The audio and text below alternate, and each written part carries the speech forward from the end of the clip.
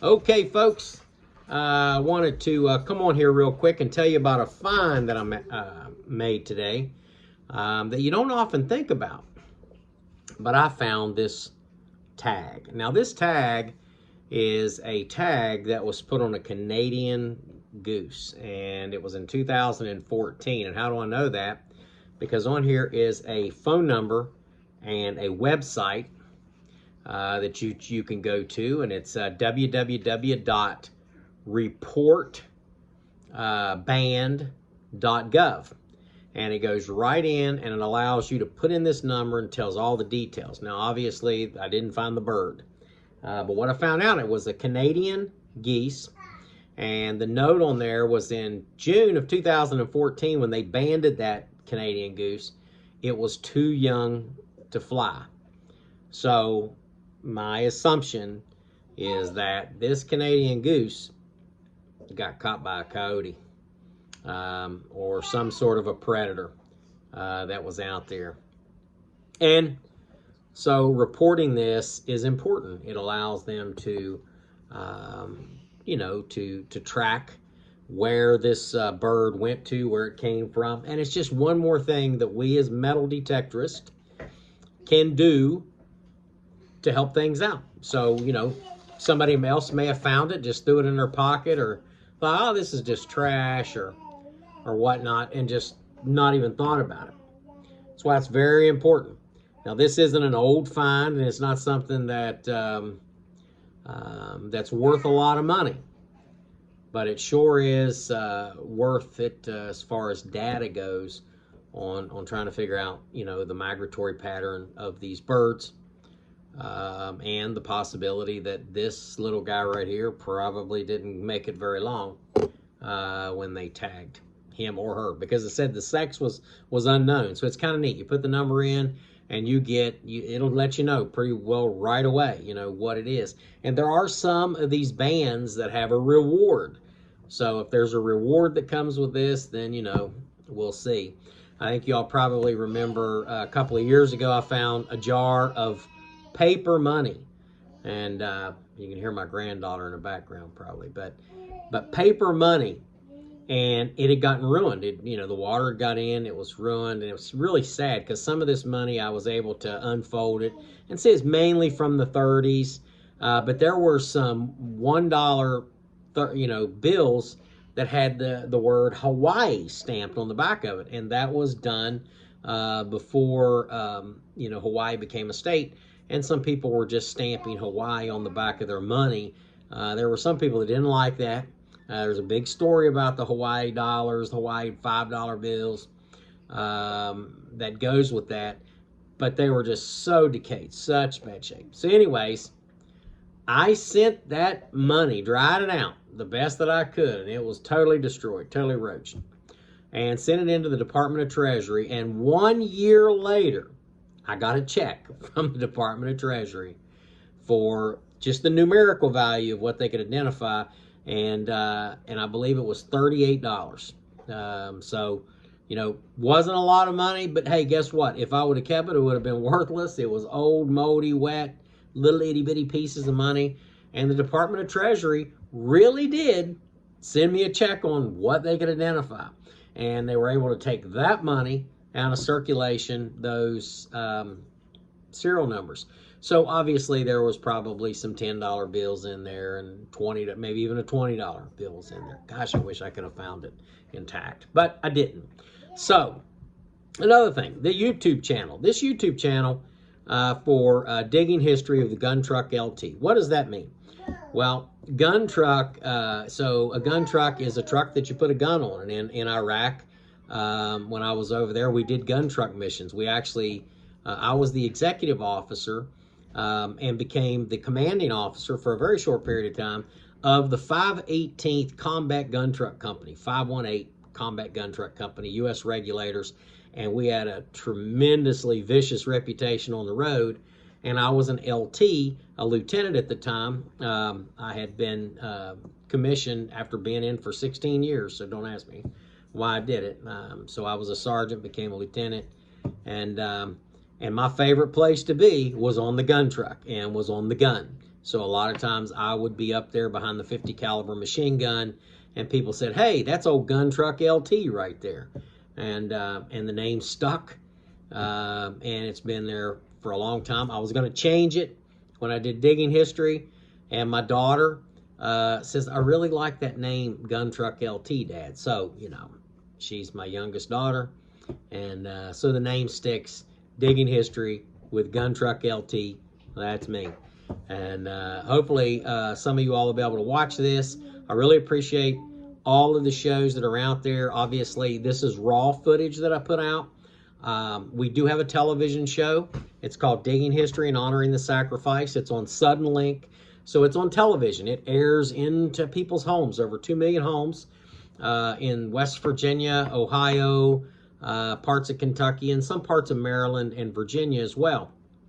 So it goes into the homes on like the public television links, and we get a lot of responses, from that. Walking around, many a times people said, "Hey, aren't you that guy?" Yeah, and now I've got Bravo, my service dog who's with me, who will also,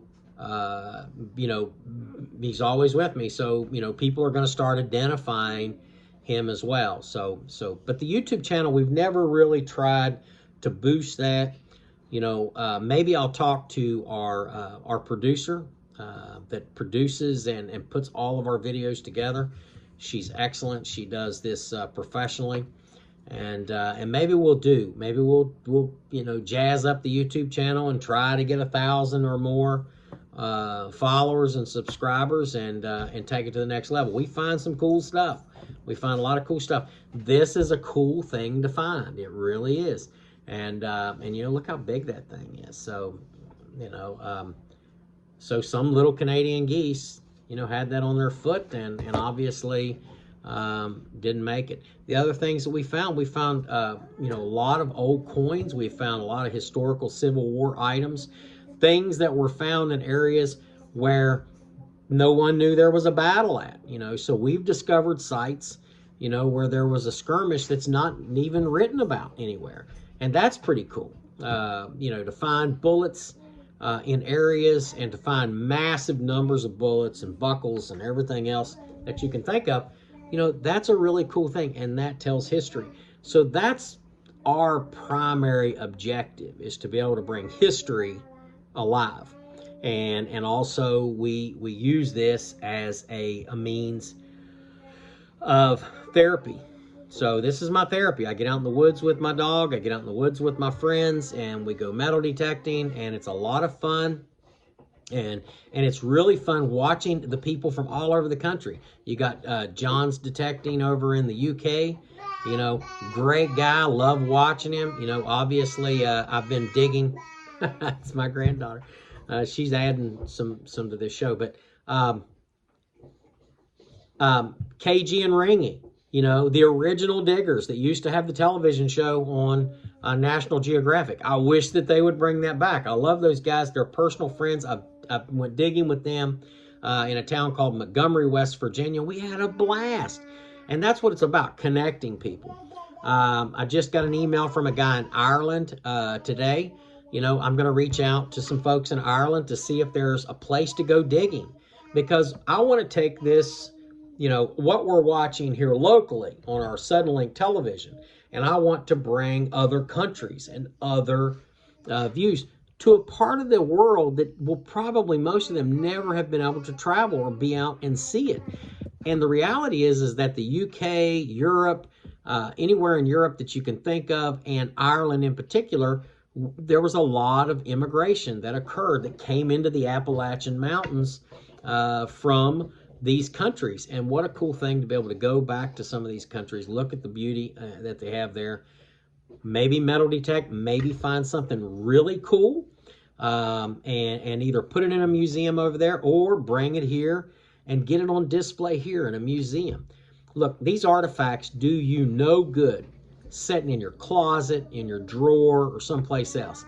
Make them part of a display. I think that the most important thing we can do, besides just throwing them all in jars, and packing them up in a closet is to find somebody that will put them up in a museum. Now, I have literally thousands of Civil War bullets.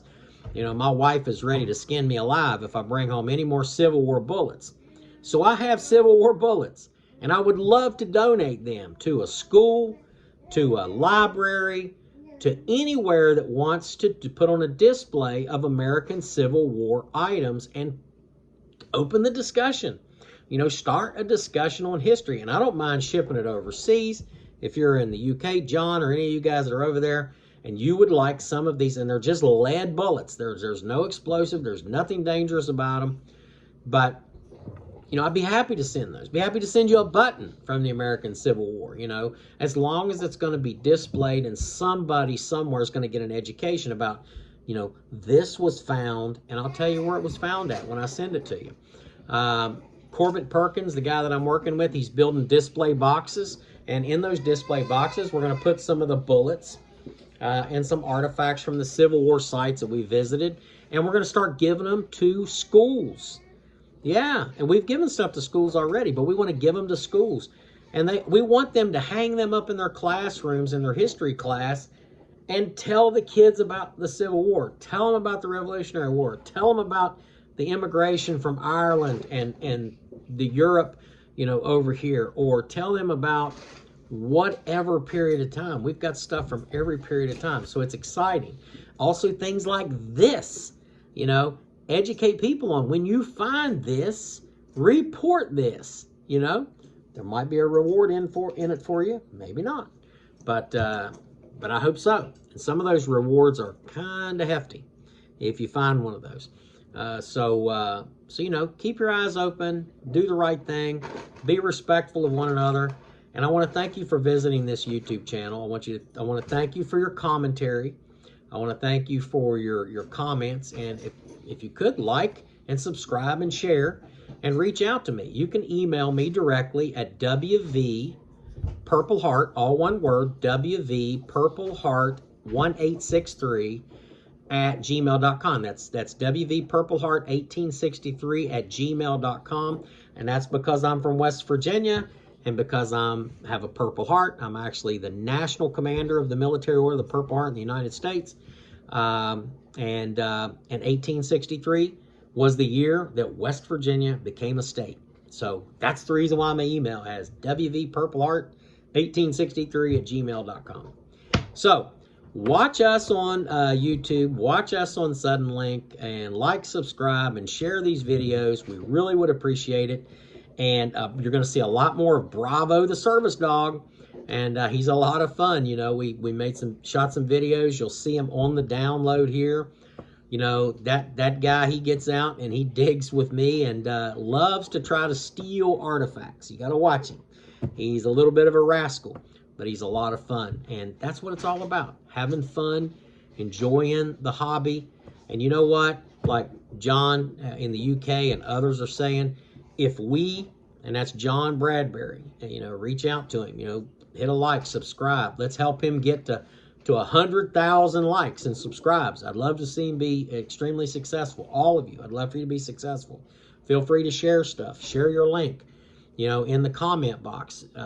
You know, I don't care. I want to help you do good because I would like to see us as a community, you know, break down some of these barriers and be able to come together. You know, we've got diggers in Russia, in China, all over the world, you know, in the Middle East, that are just metal detectors just like us. They just speak a different language. And, you know, maybe this is a way to create a reduction in animosity and a level of peace. I would love that as well. I served 22 years in the United States Army, been to war more times than I care to even talk about. 26 months of combat, a long time. You know, I think if we could just have a metal detecting contest, you know, or get together and share good stories and show each other that we're all humans and that we're all in it for the same reason, you know, we enjoy life, liberty, and the pursuit of happiness. And that's what we should be doing. And let's do that thing, you know. Got some great guys that I watch over in Germany. The World War II history guy, he's got this drone that goes underwater now. What a great dude that is. And we love watching it because it's so cool, and he's always fixing something. He's finding something, you know, from World War II, and he's picking it up from the bottom of the ocean and bringing it up, and it's really cool to watch that. And he, you know, he takes his kids out. You know, he loves his family, you know, just like I do. Like I love my family, love taking my kids out, love doing these things. This is what it's all about. So, without any further discussion on that, remember, this is the big find of the day. Won't be my last find, hopefully. You know, I wish you all a blessed evening. I hope that everyone does well, and I hope each and every one of you have great days and success in all of your adventures. And if you feel like you want to share this video with others, and you want to like and subscribe, then please do it. Like I said, you send me your link, I will like and subscribe to you. I promise you that. Send me an email. I've got Zoom meeting capabilities, folks. We can come together and we can have an international discussion on metal detecting. You know, as long as there's someone there that can translate, we'll be okay. And who knows, maybe we can travel to each other's locations and do some metal detecting together, make some videos. I would love to bring that to the West Virginia Library Channel and the Suddenlink Channel 9 and 11 and 16, because I think that would add, you know, some pretty good viewing, and it would also allow, you know, people, and especially our youth, to see, you know, the hobby of metal detecting, to also learn about history and learn about another country. I'm not asking for money. I don't need your money. I don't need your donations. You know, I'm willing to foot my own bill and pay my own way to come to these places. I don't get paid to do this television show. I don't get paid to do this YouTube channel. You know, we do this, you know, all on our own. I have another job that I work, and I'm a retired Army guy. So that's how we do this.